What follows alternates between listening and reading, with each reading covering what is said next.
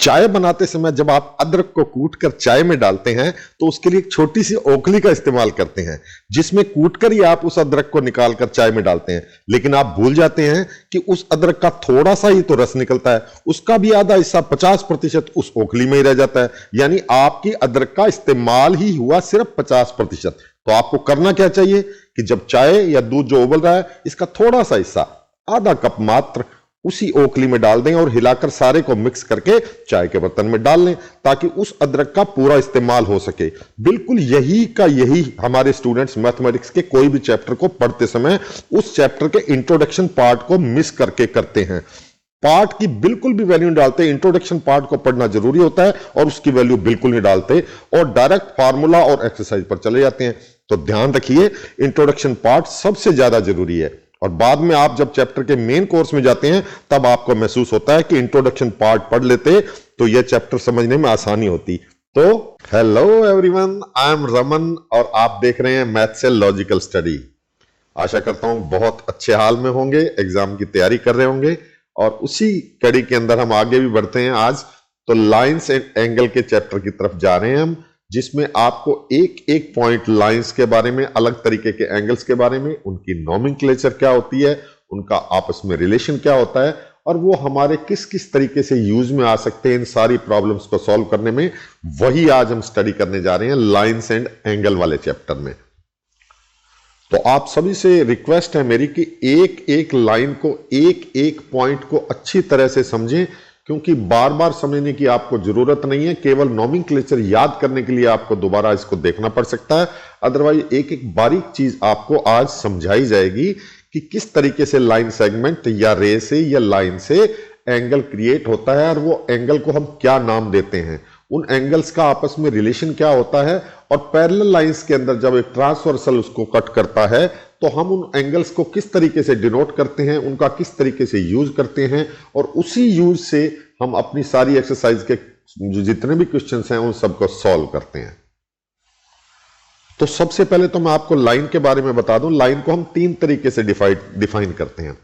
एक होती है लाइन सेगमेंट, कोई भी एक लाइन है जिसका एक स्टार्टिंग पॉइंट है और एक एंड पॉइंट है, उन दोनों को आप ज्वाइन कर दीजिए तो वो जो फिगर आपके सामने आता है उसको हम लाइन बोलते हैं, स्ट्रेट लाइन बोलते हैं। इसकी लेंथ जो होती है वो एक मेजरेबल लेंथ होती है, मींस उसको हम मेजर कर सकते हैं कि इसकी लेंथ कितनी है। लेकिन वहीं जब हम एक लाइन की बात करते हैं, एक स्ट्रेट लाइन, इनफाइनाइट लाइन की बात करते हैं, लाइन सेगमेंट की बात नहीं करते, तो उसका ना तो कोई स्टार्ट पॉइंट होता है और ना ही कोई एंड पॉइंट होता है। इन्फिनिटी लेंथ की एक लाइन होती है जिसको हम मैक्सिमम उसका एक पार्ट काटकर ही लाइन सेगमेंट बना सकते हैं। थर्ड पॉइंट होता है हमारे पास रे। रे होती है, ये देखिए आप फिगर के अंदर, रे किसको बोलते हैं? रे बोलते हैं जिसका एक ओरिजिन तो हो लेकिन एंड पॉइंट कोई ना हो। वो एक स्ट्रेट लाइन है जिसका ओरिजिन है, जैसे आप एक टॉर्च होती है, मोबाइल टॉर्च समझ लीजिए, जहां से वो लाइट स्टार्ट हो रही है, वो जो पॉइंट है वो तो है हमारे पास, लेकिन वो लाइट कहां तक जा रही है वो हमारे पास कोई पॉइंट नहीं है, उसका कोई एंड पॉइंट नहीं होता। तो जो स्टार्टिंग पॉइंट होता है और साथ में एंड पॉइंट नहीं होता तो उसको हम रे बोलते हैं, हिंदी में कहे तो किरण बोलते हैं। तो जो स्टार्ट पॉइंट होता है उसको हम बोलते हैं वर्टेक्स और एंड पॉइंट इसका होता ही नहीं है। तो ये तीन आइटम है, एक लाइन जिसको हम कहते हैं जिसका ना कोई स्टार्ट पॉइंट है ना कोई एंड पॉइंट है, अनलिमिटेड लेंथ है, इनफाइनाइट लेंथ है। लाइन सेगमेंट उसी इनफाइनाइट लेंथ वाली लाइन का एक पार्ट काटा गया जिसके कि दोनों पॉइंट हैं, स्टार्ट पॉइंट भी है और एंड पॉइंट। और वर्टेक्स और रे, जो रे होती है उसमें एक वर्टेक्स होता है और साथ में कोई भी एंड पॉइंट उसका नहीं होता। अब आते हैं, हम बात करते हैं कोलिनियर पॉइंट्स की। तो आप इन तीनों चीज जो ऊपर वाली समझी है आपने, उससे आपको यह पता चल गया होगा कि लाइन के तीन पार्ट्स कौन कौन से होते हैं, तीन अलग अलग तरीके से कैसे डिफाइन कर सकते हैं लाइन को। अब हम बात करें कोलिनियर पॉइंट्स की। कोलिनियर पॉइंट्स होते हैं, देखिए दो पॉइंट तो कोई भी आप आपस में उनको अटैच कर दोगे तो आप कहोगे कि ये दोनों पॉइंट तो एक लाइन पर है ही, वो तो हमेशा ही होंगे। कोई भी दो पॉइंट्स को आप ज्वाइन कर दोगे तो जो एक लाइन बनेगी आप कहोगे ये दो पॉइंट तो कोलिनियर हैं। लेकिन बात आती है तीन पॉइंट्स की, तीसरा पॉइंट तो कहीं भी बाहर हो सकता है। लेकिन अगर कोई भी लाइन के ऊपर तीन पॉइंट सेम हैं, एक ही लाइन के ऊपर एग्जिस्ट कर रहे हैं, जैसे ये फिगर के अंदर आपको ए, बी और सी नजर आ रहा है, तो ये तीनों पॉइंट्स या मोर देन 3 भी हैं और वो उस लाइन के ऊपर एग्जिस्ट करते हैं, तो हम उनके लिए वर्ड यूज करते हैं कोलिनियर पॉइंट्स। ये आपको कोई भी प्रॉब्लम सॉल्व करने में किसी एक्सरसाइज में जब लिखा हुआ हो कोलिनियर, तो आप उसका मतलब यही मानना कि कोई एक स्ट्रेट लाइन है जिसके ऊपर वो सभी पॉइंट 3 या 3 से ज्यादा जितने भी पॉइंट हैं वो उस लाइन के ऊपर लाई कर रहे हैं। तो अब बात करते हैं कि एंगल क्या होता है। एंगल बेसिकली दो रेज को मिलके एंगल बनता है। दो रेज मींस जिनका एक ओरिजिन पॉइंट होता है जिसको हम बोलते हैं वर्टेक्स, और जिनकी दो डायरेक्शंस होती हैं, दो रेज की कोई भी डायरेक्शंस होती हैं लेकिन उनकी एंड पॉइंट नहीं होता, तो उन दोनों के बीच का जो प्लेस है उसको हम बोलते हैं एंगल, और इसको हम डिग्री से डिनोट करते हैं। तो दो रेज के बीच का जो पोर्शन है, वो दो रेज के बीच की जो डायरेक्शन का डिफरेंस है, आप ऐसे समझ लीजिए कि दोनों की डायरेक्शन का कितना डिफरेंस है वो हमें एंगल से पता चलता है, उसको हम एंगल नाम देकर बोलते हैं। और इसकी कोई भी वैल्यू हो सकती है। अगर दोनों रेज की डायरेक्शन सेम हो तो वो दोनों के बीच का एंगल 0 डिग्री भी हो सकता है। कितना? 0 डिग्री। ये भी हो सकता है अगर डायरेक्शन सेम है तो, डायरेक्शन सेम। अदरवाइज इनकी कोई भी डायरेक्शन हो सकती है, ये परपेंडिकुलर भी हो सकती है, वर्टिकली अपोजिट हो सकते हैं, दो बिल्कुल अपोजिट डायरेक्शन में जा सकते हैं। तो दोनों रेज के बीच का जो डिफरेंस है डायरेक्शन का, उसको मेजर करने के लिए हमने नाम दिया है एंगल। अब ये एंगल तो अलग अलग टाइप के हो सकते हैं। एंगल की उनकी नोमेनक्लेचर है, वो उनकी डायरेक्शंस के हिसाब से और दोनों के बीच का डायरेक्शन का डिफरेंस है उसके हिसाब से, उनकी शेप के हिसाब से हम उनको अलग अलग तरीके से डिफाइन करते हैं। तो कैसे डिफाइन करते हैं? जैसे आप ये फर्स्ट फिगर ये वाला फिगर देखिए फर्स्ट, इसको हम बोलते हैं acute angle, because the angle is less than 90 degree. Less than 90 degree होता है एंगल, इन दोनों रेज के बीच का एंगल अगर लेस देन 90 डिग्री है तो हम इसको एक्यूट एंगल बोलते हैं। एक्यूट एंगल, ये एंगल को हम इस एल से डिनोट किया करेंगे, तो कहीं भी इस टाइप का आपको सिंबल नजर आए तो आप उसको एंगल ही मानकर चलना। तो 90 डिग्री से कम का एंगल है, जैसे ये एक्स आपको नजर आ रहा है फर्स्ट नंबर फिगर के अंदर, तो इसको हम बोलते हैं एक्यूट एंगल। यही एंगल अगर आपको वर्टिकली बिल्कुल ऊपर की साइड में नजर आए जिससे 90 डिग्री एंगल बन रहा हो, तो उसको हम राइट एंगल कहते हैं। राइट एंगल, ठीक है। यानी बेस और वर्टिकल दोनों जो रेज हैं उनके बीच में 90 डिग्री का अगर एंगल बन रहा है तो उसको हम राइट एंगल बोलते हैं। और वही दोनों रेज अगर एक दूसरे की अपोजिट डायरेक्शन में हैं, सपोज कीजिए जैसे मैंने आपको पी और क्यू दो रेज शो की हैं थर्ड फिगर के अंदर, ये सेकंड फिगर था, ये थर्ड फिगर है, तो इसके अंदर दोनों रेज अगर बिल्कुल एक दूसरे के अपोजिट डायरेक्शन में हैं तो उनके बीच में जो एंगल बनता है उसको हम बोलते हैं 180 डिग्री का एंगल। लीनियर एंगल बोलते हैं इसको हम, या लीनियर एंगल के साथ साथ हम इसको स्ट्रेट एंगल भी बोल सकते हैं, लेकिन इसकी वैल्यू 180 डिग्री ही होती है हमेशा। उसके बाद नेक्स्ट नोमेनक्लेचर के अंदर आपके पास नेक्स्ट आता है ऑब्ट्यूस एंगल। ऑब्ट्यूस एंगल, तो ऑब्ट्यूस एंगल कौन सा होता है? जैसे एक्यूट एंगल आपके पास होता है कि जो 90 डिग्री से कम वाला एंगल होता है और 0 डिग्री से ज्यादा हो तो उसको हम एक्यूट एंगल बोलते हैं, ऐसे ही ऑब्ट्यूस एंगल होता है। ऑब्ट्यूस एंगल जो होता है वो मोर देन 90 डिग्री होता है and less than 180 degree. More than 90 degree और लेस देन 180 डिग्री, ये हमारा ये ऑब्ट्यूस, लेस देन 180 डिग्री, इसको ऑब्ट्यूस एंगल बोलते हैं। और इसमें लास्ट एक जो एंगल जो डेफिनेशन के अंदर आता है उसको हम बोलते हैं रिफ्लेक्स एंगल। ये आपको लास्ट वाले फिगर में ये मैं आपको शो कर रहा हूं, ये है रिफ्लेक्स एंगल। रिफ्लेक्स एंगल होता है वो, जैसे सपोज करो कोई एक एंगल P है, तो P के बाद अगर 360 में से इसको लेस कर दें, टोटल एंगल किसी भी पॉइंट के ऊपर जो होता है उसको हम बोलते हैं 360 डिग्री। आपने अक्सर वर्ड सुना होगा 360 डिग्री, रोटेशन भी सुना होगा आपने। तो कोई भी एंगल अगर P है, अगर 360 में से उसको माइनस कर देते हैं तो जो एंगल हमारे पास बचता है उसको हम रिफ्लेक्स एंगल बोलते हैं। बट कंडीशन ये है कि जो P है वो लेस देन 180 डिग्री होना चाहिए, लेस देन 180 डिग्री होना चाहिए। तो P है उसका रिफ्लेक्स एंगल जो बचा हुआ होता है, ये फिगर के अंदर आपको ड्रा किया हुआ शो हो रहा है, इसको हम रिफ्लेक्स एंगल बोलते हैं। तो reflex angle, obtuse angle, acute angle, right angle और लीनियर एंगल या स्ट्रेट एंगल जिसको बोलते हैं। ये आपके 5 तरीके के एंगल डिसाइड होते हैं उनकी शेप के हिसाब से। ये आपको अच्छी तरह से समझ में आ गए होंगे और इनका नोमेनक्लेचर आपके बार बार काम में आएगा। तो ये वाला स्टार्टिंग में ही है, तो इनको सबको याद करने में आपको ज्यादा तकलीफ नहीं होगी। इसके बाद कुछ पैरेलल लाइंस के अंदर जो एंगल आएंगे उनको समझने के लिए थोड़ा सा आपको एक्स्ट्रा कंसंट्रेशन की जरूरत पड़ेगी। फिलहाल ये 5 तरीके के एंगल हैं जो आपके बार बार यूज होंगे, आप इनको अच्छी तरीके से समझ लीजिए।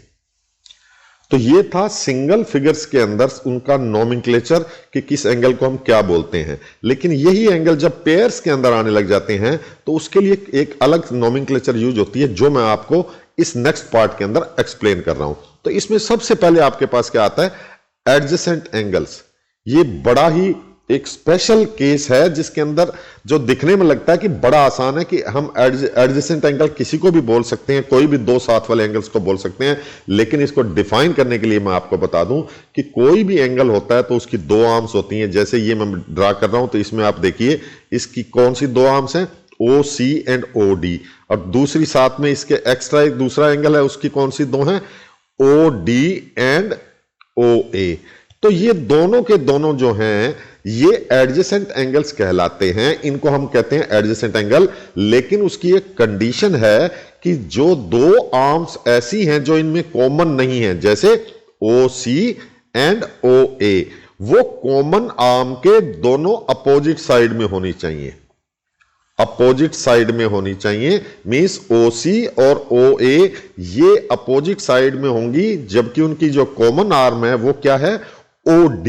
तो OD दोनों के बीच में आ रही है, एक उसके राइट साइड में जा रही है, एक लेफ्ट में जा रही है। Then we say COD and AOD are adjacent angles. तब ये दोनों एडजेसेंट एंगल कहलाते हैं। ये दोनों केवल साथ साथ में होने से, बड़ा और छोटा 2 साथ में है तो एडजेसेंट एंगल नहीं कहलाते हैं। Means AOC, angle AOC and AOD ये एडजेसेंट एंगल नहीं है, जबकि ये भी तो दोनों साथ साथ में ही हैं।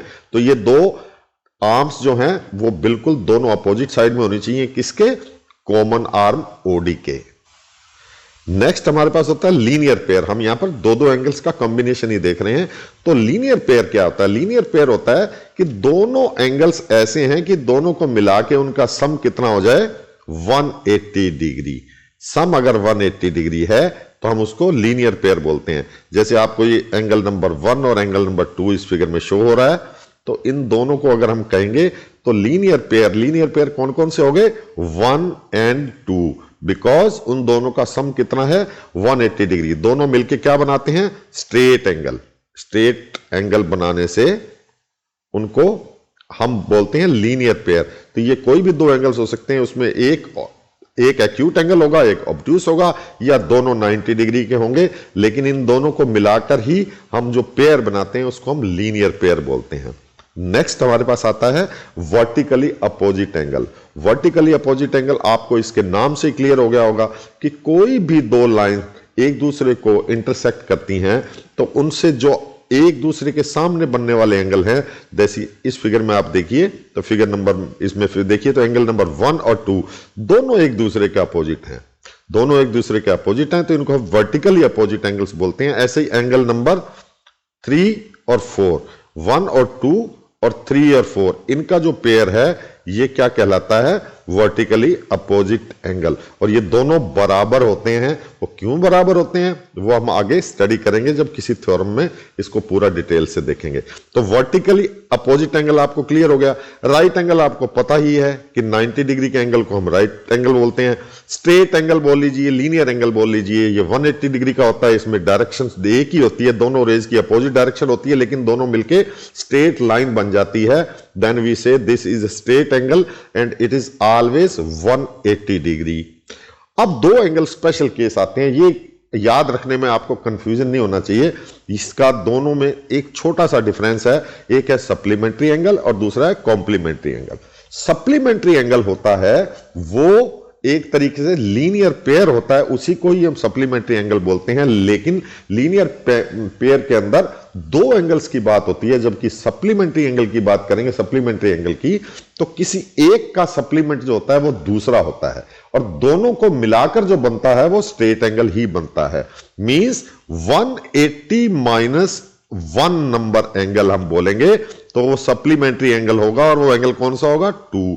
मींस 180 में से किसी एंगल को लेस कर दें तो जो एंगल बचेगा उसको हम बोलते हैं सप्लीमेंट्री एंगल। सिमिलरली अगर उसी छोटे किसी एंगल को, किसी भी एक्यूट एंगल को अगर हम 90 में से लेस कर देते हैं तो हमारे पास जो आंसर आता है वो कॉम्प्लीमेंट्री एंगल आता है। कॉम्प्लीमेंट्री एंगल अगर 90 में से लेस करते हैं, तो जैसे सपोज करो ये ए एक एंगल, नंबर 1 एक एंगल है, दिस इज 35 डिग्री, तो इसको 90 माइनस 35 करेंगे तो ये हो जाएगा 55 डिग्री।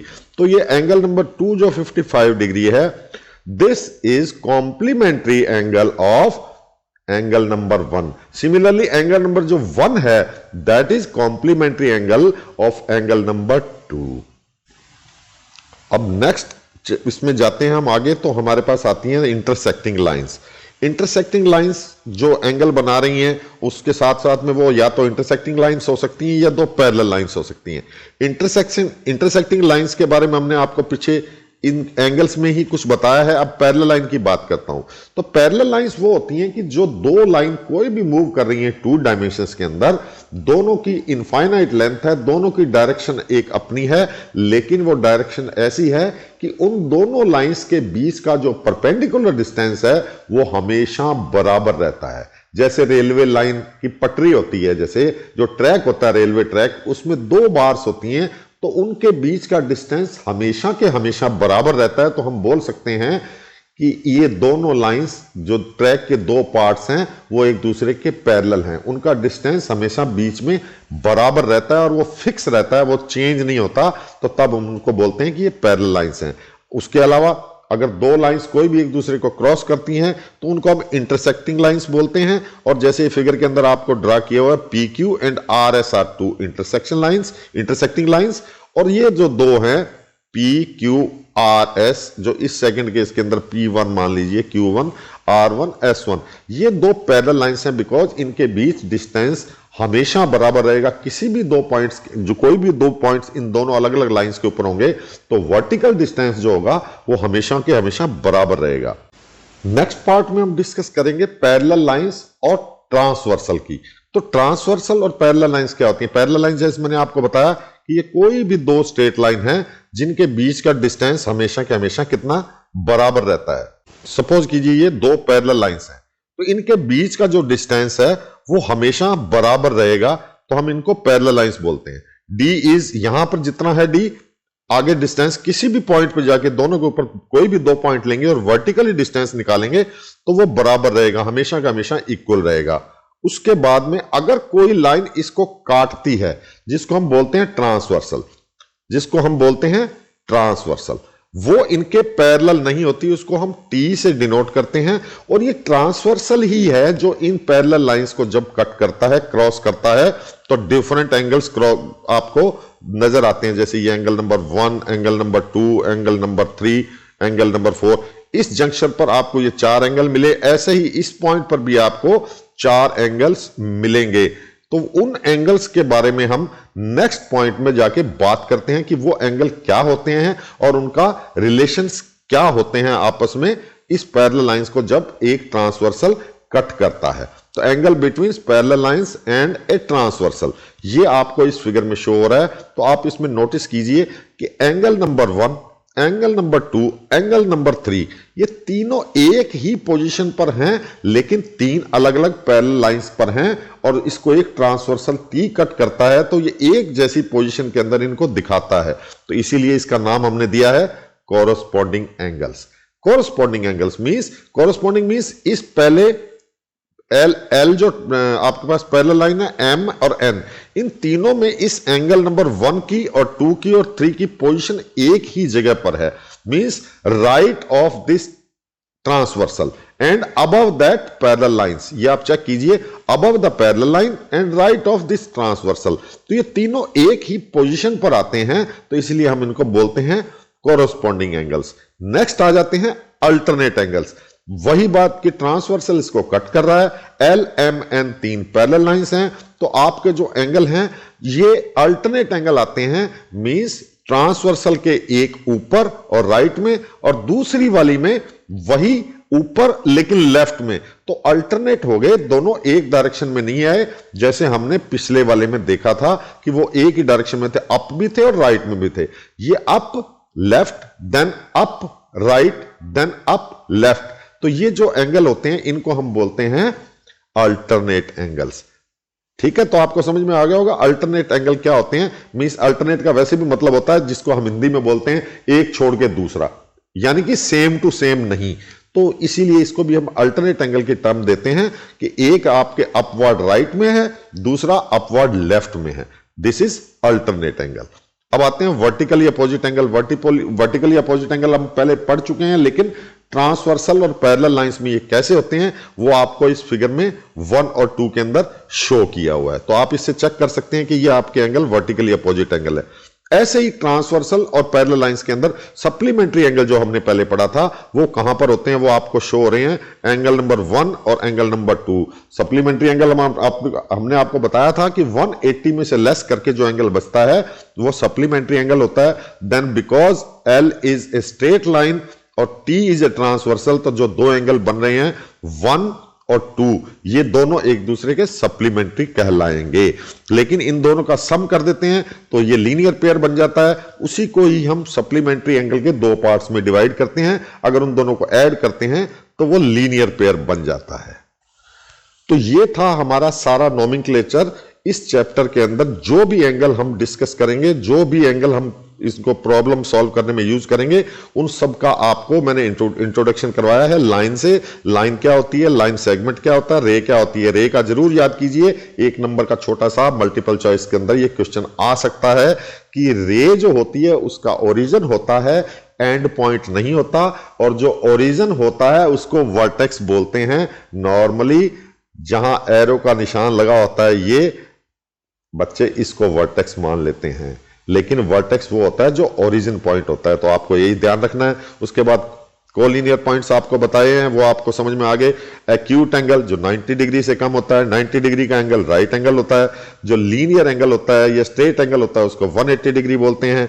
ऑब्ट्यूस एंगल कौन सा होता है, 90 डिग्री से ऊपर वाला होता है।